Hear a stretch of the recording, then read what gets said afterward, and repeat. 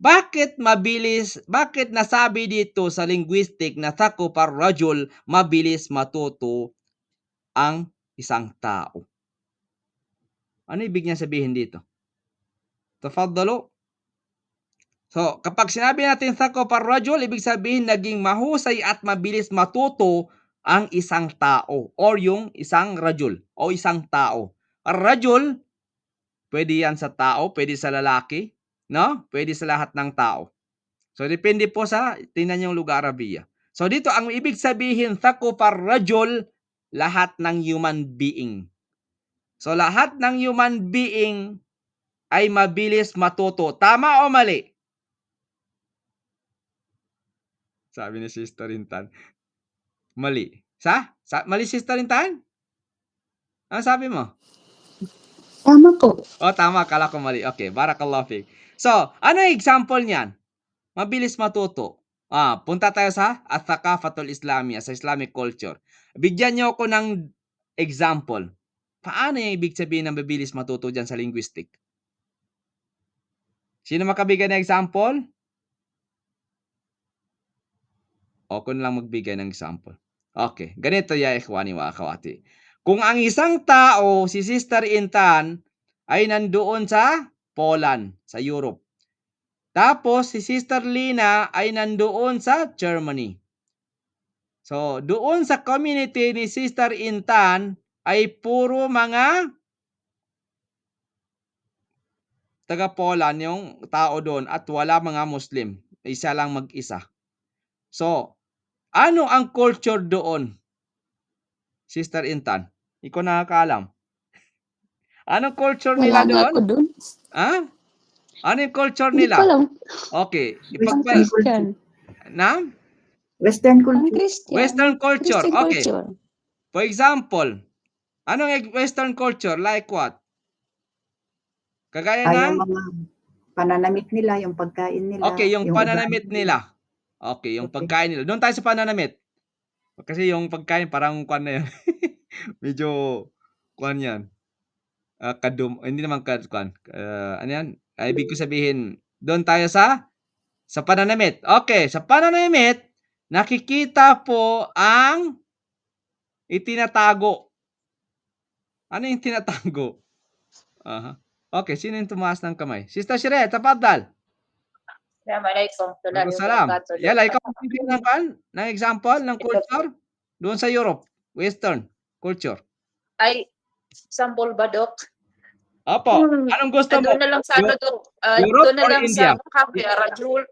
Sa Kapi Arajulu. Okay. O connection sa istilahan, Kapi istilahan.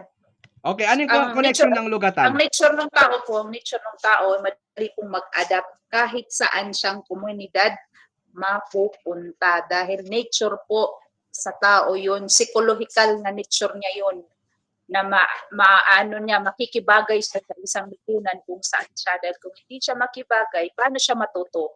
So yun po yung coping mechanism niya to adapt any situation, community, para po matuto at ma-apply sarili at makibagay doon sa komunidad kung saan siya nabibilang. Opo, Masya Allah. So, yun po ang question ko na pangalawang question, Sister Shire. Kaso nakuan mo na. Ano yan? Najawaban na mo na. Binigyan mo na ng answer. Yun ang second question ko. So, ang connection po ng linguistic sa istilah, sa terminolohiya ng thaqafa, sa culture ay yung athaquf ar-rajul. Ang isang tao po ay mabilis yan maka-adapt, mabilis yan matuto. For example, pag tayo doon sa Europe, for example lang ito, for example. Ako na lang example para walang matamaan. Ako na lang, sarili ko na lang. Okay lang? Or si Juan na lang para hindi ako kadamay. Okay, si Juan. Si Juan, ipagpalagay natin si Juan pumunta ng Poland. Siyempre, magandang Poland Masya Allah. So, nang pumunta si Juan sa Poland, siya ay isang Muslim. Masya Allah. Pagdating doon, siyempre, yung pagka-Muslim ni Juan ay hindi masyado strong. Kumbaga, ano yun, on off before. So, lalo na pumunta siya sa Europe. Nang pumunta siya sa Europe, no? Siyempre, yung Western culture ay na-adapt niya yon. Pag-adapt niya, sabi ni Juan, pwede pala mag-short, pwede palang ganitong gawin dito. So, wala din nakakita sa akin, no? Wala namang Muslim dito, ako lang mag-isa. So, gagawin ko ng gusto ko.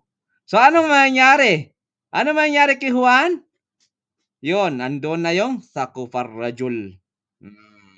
Ano ibig sabihin ng Sakufar Rajul? Si Juan ay naging mahusay at mabilis matuto, no? Sa mga gawain ng Western culture. Okay? Yan po ang connection niya sa istilahi. So sa istilahi po, yan po yung Islamic culture natin, no? Ay pamamaraan ng pamumuhay ng mga Muslim sa lahat ng aspeto ng kanyang buhay ayon sa mga prinsipyo at pananaw ng Islam. Hindi lang po pamamaraan ng pamumuhay, kundi may prinsipyo dyan, may principles po at pananaw ng Islam ayon sa taarif na yan, no? Pero po, ano ang saklaw niyan? Yung Islamic culture po, ang thaqafatul Islamiyya at thaqafa al-istilahan, meron po siyang saklaw na banggit natin kanina. Dalawang saklaw niya. Una, ano yung saklaw niya una? Yusamma Material at saka material spiritual. at saka spiritual. Una, yusamma bil madaniyah, no? Madani. Madaling aspeto o material na aspeto. Pangalawa, yung sa spiritual at pangkaisipang aspeto. So, doon nakuha natin na masyaallah nakuha din nyo. So, doon po sa material na aspeto sa Madaniya, ay nandun na yung pagpatayo ng mga paaralan, ospital at mga masjid na sumusunod sa mga prinsipyo ng Sharia. So sa spiritual naman, nandoon yung pagpapalaganap ng Quran. Bima'na, ano ibig sabihin ng pagpapalaganap ng Quran? Nandoon ituro natin ng Quran kung paano basahin, ituro natin ang tafsir ng Quran, no? Baliguan ni walau ayah. Kama kala Rasulullah SAW. Sa pagtuturo ng tamang akhlak, ito po yung una dapat, no? Bago mag-aral ng Quran. Akhlak wal adab, awalan, no? At pagtataguyod ng katarungan sa lipunan. So, meron po tayong aplikasyon na sa panahon ngayon. May 3 aplikasyon natin sa pang-individual, panglipunan at pandaigdigan. International, domestic at individual. Sino pagsabi sa atin kung naabot niya iyon? Hindi nyo naabot? Babalikan natin. Babalikan natin. Okay. So, kalimutan na ninyo si Juan, ha? Pero nagbago na si Juan, nagbalik loob na siya. Okay, dito po, sa aplikasyon sa panahon ngayon, sa individual tayo, pagsasabuhay ng Islam sa pananamit, no? Nandoon si Juan sa Europe, sinasabuhay niya ang pananamit. Pero nang 6 months na siya doon, nakikita niya sa paligid niya, sa environment niya, na pwede palang magdamit ng ganito. So, yun po. Pagkain, pakikitungo sa tao, at pagsamba, no? Yan ay pang-individual yan sa Islamic culture. Panglipunan tayo, pagtatakda ng mga batas at patakaran sa gobyerno na nakabatay sa katuruan ng Islam. Tingnan yung Islamic culture, kompleto. Papasok ang fiqh dito, batas, law. Pandaigdigan tayo, pagpapakita ng positibong halimbawa sa ibang mga bansa kung paano pinagsasama ng Islam ang kaunlaran at moralidad. Allahu Akbar. Tafaddalu in short sa ating aplikasyon na individual, panlipunan at pandaigdigan. Tafaddalu. Or mabilis pa yon? Tafaddal. Wala na? Okay, continue tayo. Barakallahu fikum. Yan ang lalabas sa exam. Okay, bismillah. Tafaddal ya Sheikh Nasim. Basahin mo sa amin. Ahamiyat sa thaqafatul Islamiyya. Ano ang kahalagahan, ano kaimportantihan ng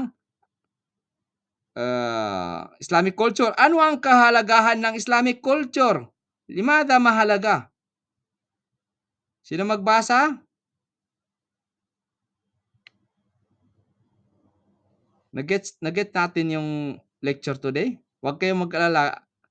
Kung magsabi lang kayo pag malalim-lalim yung nasabi natin kasi college na tayo. Lahat kayo ay college na. Nasa bachelor's degree na tayo. Level natin. Tafadalo.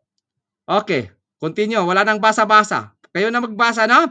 Awalan, ahamiyatu thaqafatil islamiyya.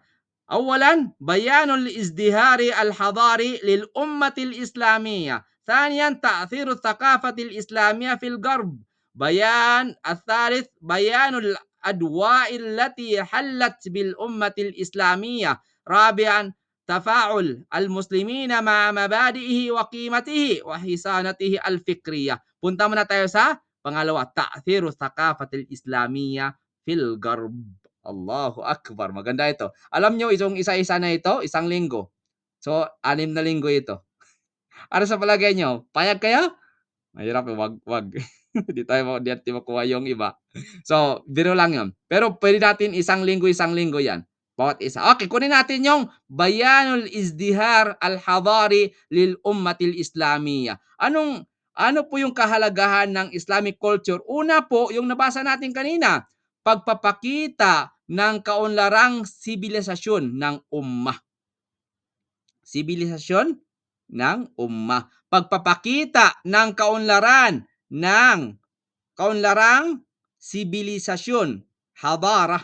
Yan din yung hadara, sibilisasyon ng ummah. So una, ipinapakita ng Islamic culture ang kasaysayan ng mga Muslim sa agham, no? Sa agham, pamahala at moralidad. Allahu Akbar. Wala dyan sa kitab. Makinig kayo sa akin, wala dyan sa kitab. Yung binasa lang natin yan, Bayanul Izdiharil Hadari lil Ummatil Islamiyya. Ang ibig sabihin yan, pagpapakita ng kaunlaran, sibilisasyon ng ummah. Pero ang explanation natin sa akin. Okay.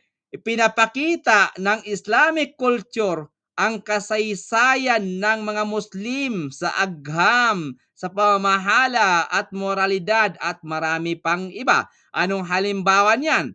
Ang contribution ng mga Muslim sa medisina. Sinong doktor ng Muslim? Tafadalo. I think alam nyo to eh. Sino ang doktor ng mga Muslim na dito pa natuto o dito pinag-aralan na mga Western ang medicine? Sa kitab ni sinong tao ito? Wala na tao dito.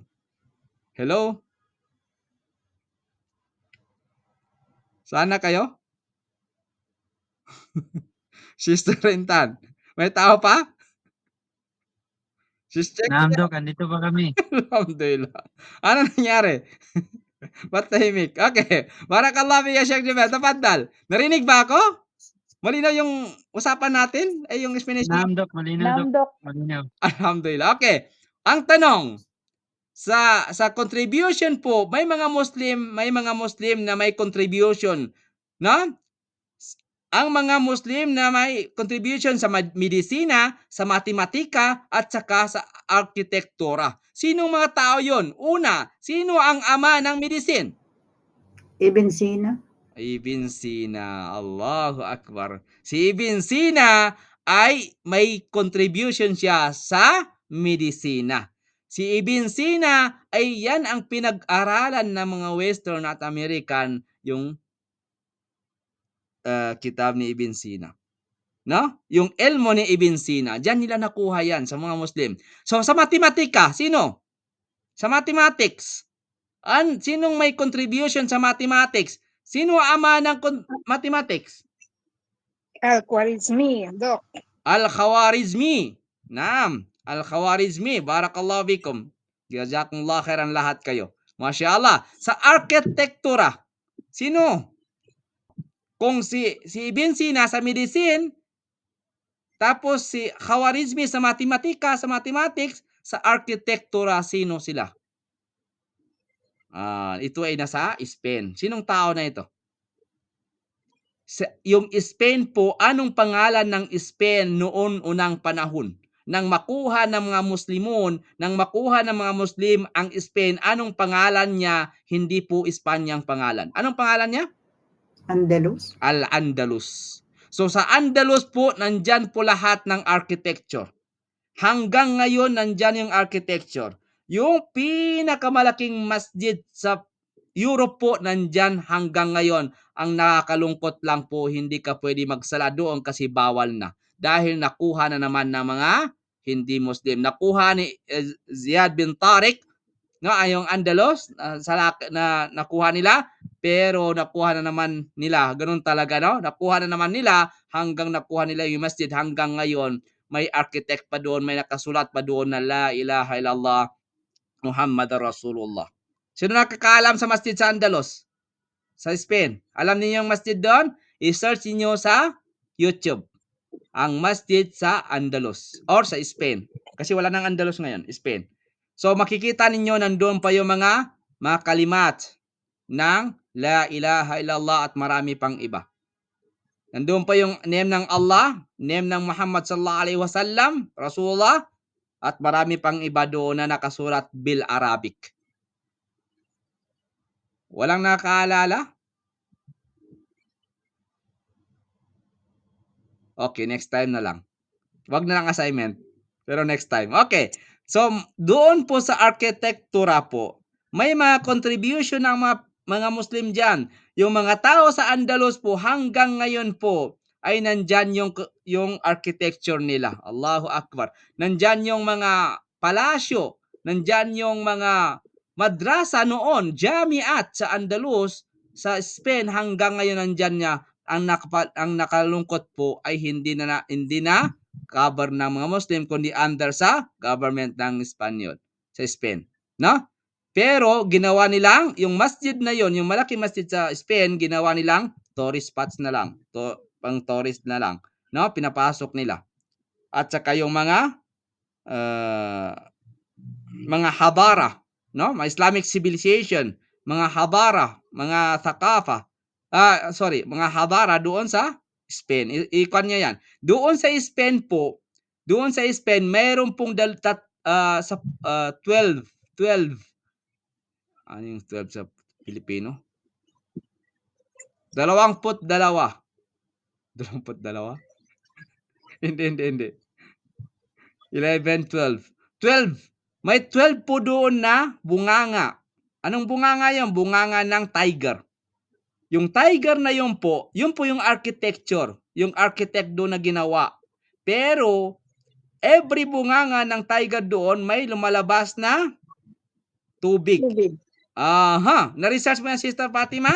Alam mo yan? Sa Andalus, doon sa Spain? Opo. Okay. Yun din ba yung Alhambra Palace? Alhambra Palace. Yan po ang sagot sa ating question. Mashallah, barakallahu bik. Nakuha mo na, Alhambra sa Spain. Yung mga architecture po ay Alhambra sa Spain. Nakuha mo na ang sagot. So doon po, barakallahu fikum, mashallah. Okay, doon po ay merong ginawa ang mga muslimin na bunganga ng asad, bunganga ng lion, na every hours po kung 1 o'clock ay lalabas yung tubig. May lalabas na tubig na palatandaan kung 2 o'clock, 3 o'clock, 4 o'clock, 5 o'clock, 6 o'clock, bawat isa doon na oras ay may lalabas na tubig doon. Sa kaya nalalaman nila, ito yung orasan natin. Nalalaman nila na 1 o'clock na pala. 2 o'clock na pala. Doon sa ginawa nilang architecture na may tubig na lumalabas doon sa bunganga ng lion. Pero ang problema, Sister Fatima, giniba or dinimulish ng mga hindi Muslim, gumawa sila ng sarili nila, no? Kumbaga copy-paste nila nang ibalik na nila, hindi na ganon katalino mga Muslim noong panahon. Allahu Akbar. Nung ginawa ng mga Espanyol, yung ginawa ng mga Muslim, hindi na naulit ang tamang buga ng tubig. Tama po ba, Sister Fatima? Nabasa niyo yan? Opo, Opo. may idea. Na? Alhamdulillah. May Alhamdulillah. idea po, alhamdulillah. Okay. Nung yung dinimolish ng mga Spain, ng tao sa Espanyol, ang ginawa ng mga Muslim para masabi lang nila na kami ang gumawa, hindi mga Muslim, hindi Islam ang gumawa. Nung ginawa nila, hindi na ganun ang buga ng tubig. Kasi ganun katalino ang mga Muslimun. Hanggang ngayon, yung ibang hadara, ang ibang architecture, kung pupunta kayo ng Spain, nandoon lahat. Allahu Akbar sa yung iba sa Alhambra sa Spain at marami pa doon na mga palasyo. Okay, barakallahu fikum. So ano ang aplikasyon natin diyan? Pagsasama ng kasaysayan ito sa kurikulum upang magkaroon ng pride ang mga kabataang Muslim sa kanilang pinagmulan. No, yan po application natin diyan. Ano po ang epekto ng Islamic culture sa kaunlaran? Ta'thiru thaqafatil Islamiyya fil Garb. Ano ang epekto ng Islamic culture sa kanluran? Ano ang epekto ng Islamic culture sa Western, sa kanluran, sa Garb? Sa palagay ninyo, yala, maya natin i-explain. Ano ang ta'thiru thaqafatil Islamiyya fil Garb? Meron po akong research about this. Pero sa mujtama yun. So, question ko sa inyo yon. So, ta'thiru thaqafatil Islamiyya, ta'thiru thaqafi fi alaqatid dawliya, for example, sa international relations o international studies also. So dito po, ta'thiru thaqafatil Islamiyya fil Garb. Ano yung ta'thir? Ano ang epekto ng Islamic culture sa kanluran, astagfirullah. Sa kanluran po, sa Garb, sa West, sa Europe. Tafaddal, Sister Laila.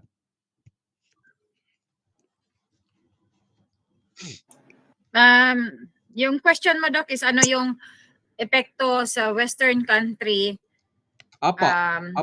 kung ano natin Yung yung Islamic Islamic culture. Tama ba? Ang pagkaintindi ko. Apa. Ang nakikita ko po, yung Islamic culture kasi is bounded with principles and kumbaga dapat just and fair siya basing on Allah's gusto, or yung sa Quran or Islamic siya tinatawag. Let's say for example, sa Western culture kasi, if you have to think of the business side, doon naglimpara yung casino, yung bar, alcohol, ano pa ba, banking loans, interest, yan. So, kasi kung titingnan natin in Islamic culture, lalagay natin yung incorporate natin sa business yung ethics and principle ng Islam. Kasi meron tayong tinatawag na parang halal livelihood and business.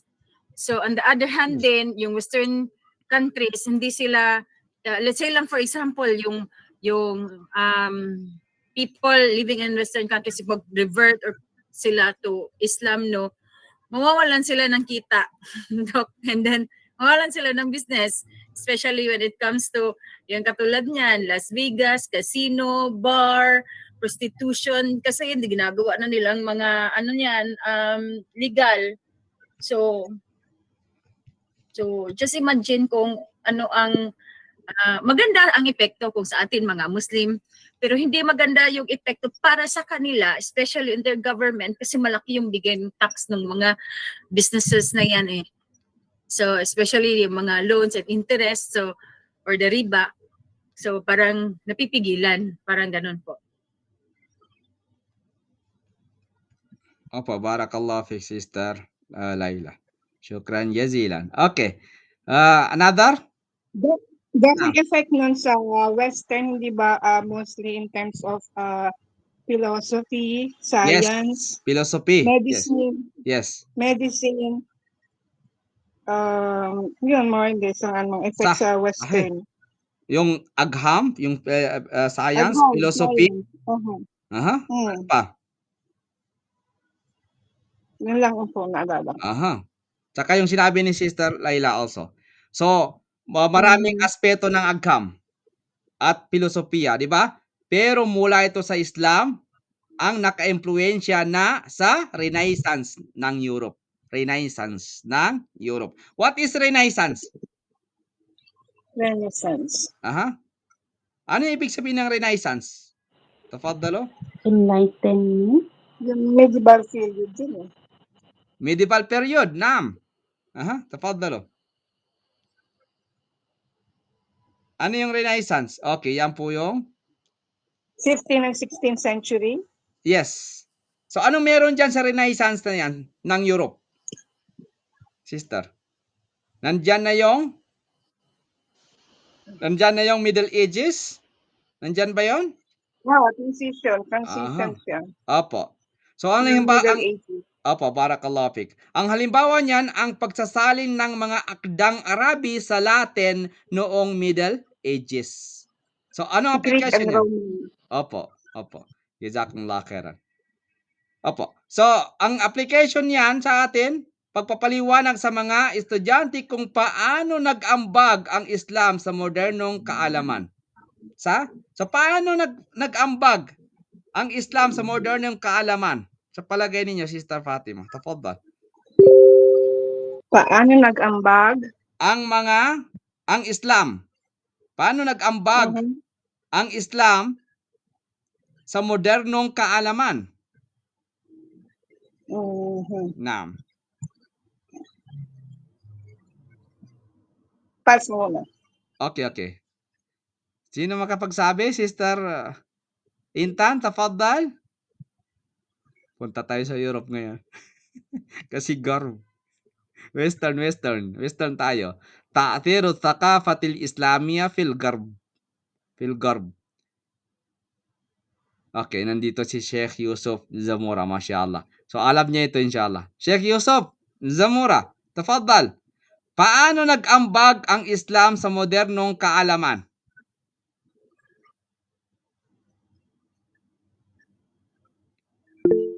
Okay.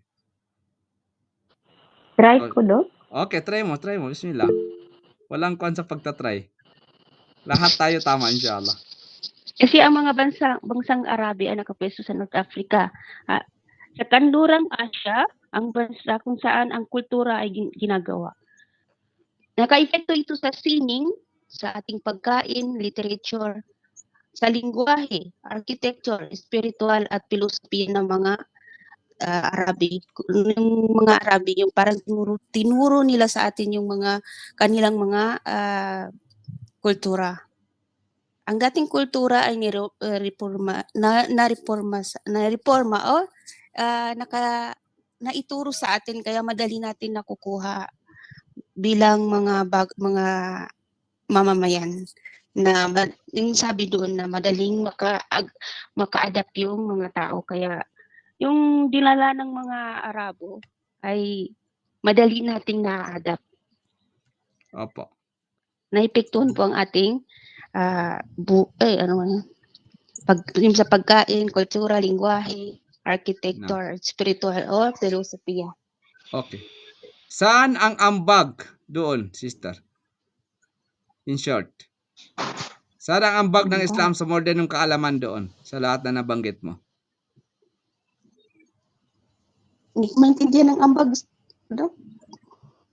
Naitulong o ano? Ano yung ambag? Ano ibig sabihin na nag-ambag? Contribution. Naam. Contribution. Ano ba yung tanong, Doc? Contribution ang Opo, ambag ng Islam. ano ang contribution? Paano nag-contribution ang Islam sa modernong kaalaman? Yan ang question natin. Paano nag-contribution? Naam. Hindi ba, Doc, until now, nagagamit natin ang mathematics like algebra, yung mga ganyan, or medicine. Naam. Sa Barakallahu sa fikum. optics. Aha. Yun po. Bakit po Yun. tinawag na yung Na. mga number na ginagamit natin ay Hindu-Arabic numerals? Indo-Arabic, yung number na yan na Arabic na number ay sa India po yan. Na original. Hindi, ang Arabic number po ay ito. Kinuha nila. According to the history research ninyo, ang tunay na Arabic number ay ito. Nakikita nyo? Yan ang Arabic number. Hindi English number yan. Kaya nang ginagamit ko Oo eh. nga, yan ang Arabic. Yan ang Pero Arabic. ang Arabic number na yan ay sa India yan. So ginulo nila ang kasaysayan. Iniba nila ang kasaysayan. So paano nag-ambag? Paano nag-ambag ang Islam sa modernong kaalaman? Of course, yung sinasabi ni Sister Fatima, no? Nandoon yan sa medicine, nandoon yan sa teknolohiya, nandoon yan sa architect, no? Lahat niyan ay copy paste. Ang sabi nila, kami man ang gumawa nito. No. Hindi kayo ang gumawa niyan. Ang original niyan ay mga Muslim sa Andalus sa Spain. Barakallahu fikum Sister Intan and Sister Fatima. Pero may kwan doon, may first university also for Muslim diyan sa Europe, sa Africa ay hindi sa kwan pala, sa Maghreb. Tapos sa Morocco. Nam? Fez, Morocco. Sa Morocco, opo, sa Morocco, sa Maghreb. Sa Morocco. At Fez. ano pangalan? Sa city is Fez. Fez, F-E-Z. Opo. I-type mo Sister. Fez, Morocco. Opo. University of Qarawiyyin. Al-Qarawiyyin. Nam. Sa opo. So yan po. Yan first university sa Al-Qarawiyyin, no? Babae po ang founder niya. Tama po ba Sister Fatima? Opo, si Fatma Alfi. Si Sister Fatima ang founder niyan. Fatima Al-Fihri. Kapatid ni Sister Fatima Darwish. Barakallahu fik. Si Sister Fatima, ang founder niyan. Yan po ang contribution ng Muslim woman in that time. So, okay. Sino ang nauna na university? Yung Egypt, yung Al-Azhar University o yung Al-Zaytun University sa Tunisia? Nauna pa yung Al-Zaytun. Tunisia. Sa Tunis. Yeah, Tunis nga. Opo, Tunis. Opo. Tapos yung sa Al-Azhar University, of course. Mashallah. So, saan natin makukuha yan, Sister Fatima? Doon yan sa Hadaratul Islamiyah, sa Islamic civilization. Or doon sa Islamic history. Allahu Akbar. Kagandahan ng Islam. Okay. Yan po, Sister Fatima. Yung sinet ni Sister Dayan. Masya Allah. Nakuha namin yan sa... Saan natin nakuha yan, Sister Dayan? Doon sa contribution. Hindi contribution yan. Kalimutan ko yung title na yan. Okay. Wala nang time. So we have 2 minutes. Ubusin na natin to. So barakallahu fikum. Epekto ng Islamic culture sa kanluran. No? Maraming aspeto ng agham at filosofiya mula sa Islam ang naka-impluwensya sa Renaissance ng Europe. I-research niyo what is Renaissance. Anong halimbawa niyan? Ang pagsaling ng mga akdang Arabi sa Latin noong Middle Ages. Aplikasyon. Sa pagpaliwanag po sa mga estudyante kung paano nag-contribute, paano nag-ambag ang Islam sa modernong kaalaman sa panahon na ngayon. No? Okay, pangalawa, kunin natin yung pangatlo. Bayanul adwillati halat bil ummatil islamiyah. Pagpapakita ng mga suliranin dumating sa ummah. Ano yun? Ang paliwanag natin dyan ay ang Islamic culture ay tumutulong upang maunawaan kung bakit naghina ang ilang bahagi ng pamayanang Muslim tulad ng kolonyalismo at paghina ng kaalaman sa relihiyon. Halimbawa niyan, ang pagbagsak ng Ottoman Empire. Punta naman tayo sa Ottoman Empire. Specialist ni Sister Laila ito.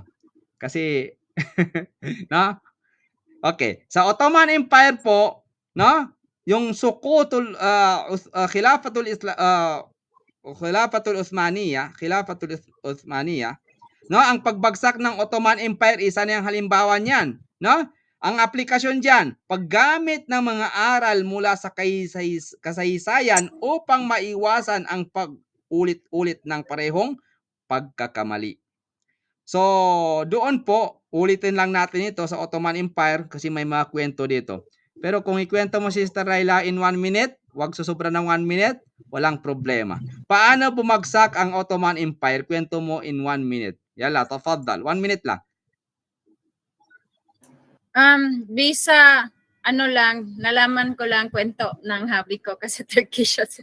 Parang, of course, kasi uso pa dati yung mga, yung parang geras, pananakop, mga ganon. Tapos, syempre, tawag nito, parang nasakop sila ng Europe side, kaya parang na-under sila ng colony ng Switzerland. Tama, Switzerland. Tapos, parang may kasunduan sila na for 100 years under sila sa colony na yan. Hindi sila, pati yung constitution nila, actually yung Turkey is wala silang Sharia law. Unlike us, sabi nga nung hubby ko, mas maswerte kayo dyan because kami nga religion namin ang pagiging Muslim and Islam, pero we are not free to practice Sharia law. Opo, kasi So parang ganun. Meron naman. After pagbagsak ng Ottoman Empire. Tuloy mo. Secular pa rin yung pina-follow nila na na tawag nito na politics or something sa government nila. Opo, under the Europe. Opo. Yes, under Europe po sila. Under Europe. So, ang Turkey po, Europe and Asia. Europe and Asia ang continents niya. Europe and Asia, Turkey. So, inshallah, makukuha natin yan sa Islamic history. Napakaganda po ng Islamic history. Para kayong, pag nag-aral kayo ng Islamic history, para kayong nasa panahon na yon. Pag-aralan nyo ang Abbasid Empire, no? At mga iba pa, para nasa panahon kayo nun. Or Ottoman Empire. Masya Allah. So, hanggang dito na lang. Hindi natin naubos. Akala ko maubos natin. Okay, next time uubusin na natin to. Hanggang dito. Hindi natin nakuha yung akal. Kukunin natin yan inshallah. Okay, inshallah next meeting natin, ubusin natin yan at dagdagan pa. Biidhnillahi ta'ala wa naktafi bihadzal qadar. Subhanakallahumma bihamdik. Nashhadu an la ilaha illa anta nastaghfiruka wa natubu ilaik. Hanggang dito na lang. Wa syukran wa barakallahu bikum.